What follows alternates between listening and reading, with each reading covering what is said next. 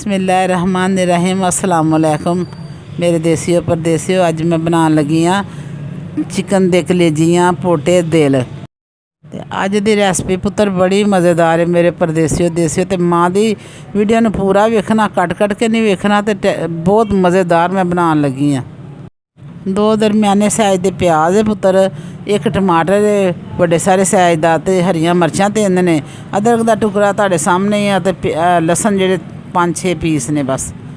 सब तो पहले असी कलेजियां पोटियां नूं धोवांगे, साफ सुथरे करांगे, फिर असी निक्के निक्के करांगे पीस छुरी दे नाल करके पुत्तर।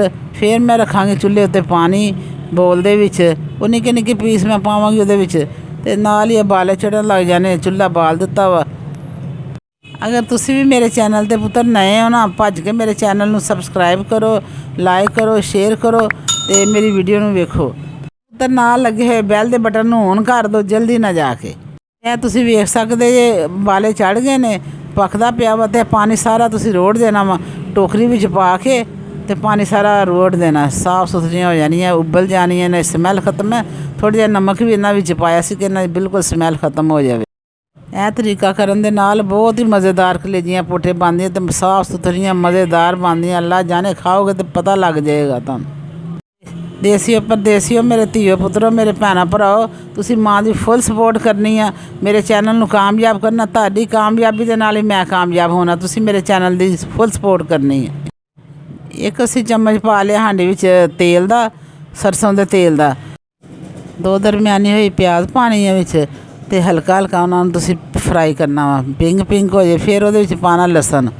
लसन 2 मिनट इहनूं थोड़े थोड़े भुनाई करनी। लसन की स्मैल खत्म हो जाएगी, लसन च स्मैल हुंदी है, ये खत्म हो जाएगी ना अच्छे तरीके ना। फिर असीं इहदे विच अदरक पुत्तर पावांगे।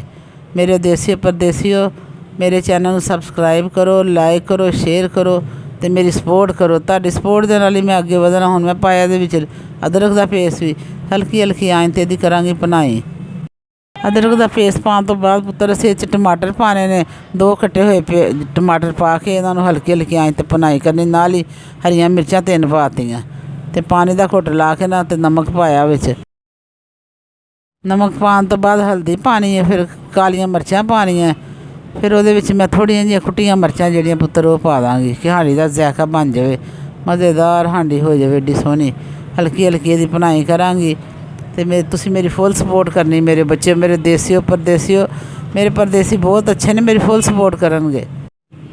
सारे मसाले पुत्तर पाते ने विच, ते इहदे विच पाना थोड़ा पानी, ते हल्की हल्की आंच ते इहदी भुनाई करनी है। हल्की हल्की आंच ते मसाला भुनना पुत्तर। फिर मैं सुक्का धनिया ते जीरा कट्ठा ही मिक्स करके ना पीस लिया। उहदे विच मैं मिक्स करके ना सुक्का धनिया जीरा पाता चम्मच 1। हल्की हल्की आंच ते इहनूं भुनना वा। भुन के विच मैं सुक्का धनिया ते पुत्तर जीरा पाता, कट्ठा ही मिक्स करके पीसिया सी पाता विच।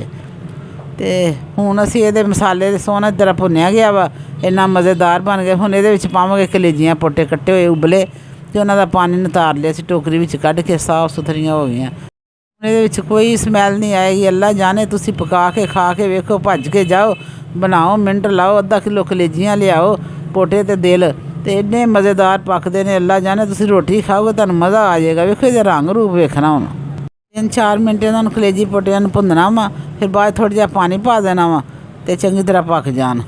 ते माँ दी ज़्यादा सपोर्ट करो, वीडियो नूं फुल वाच करो।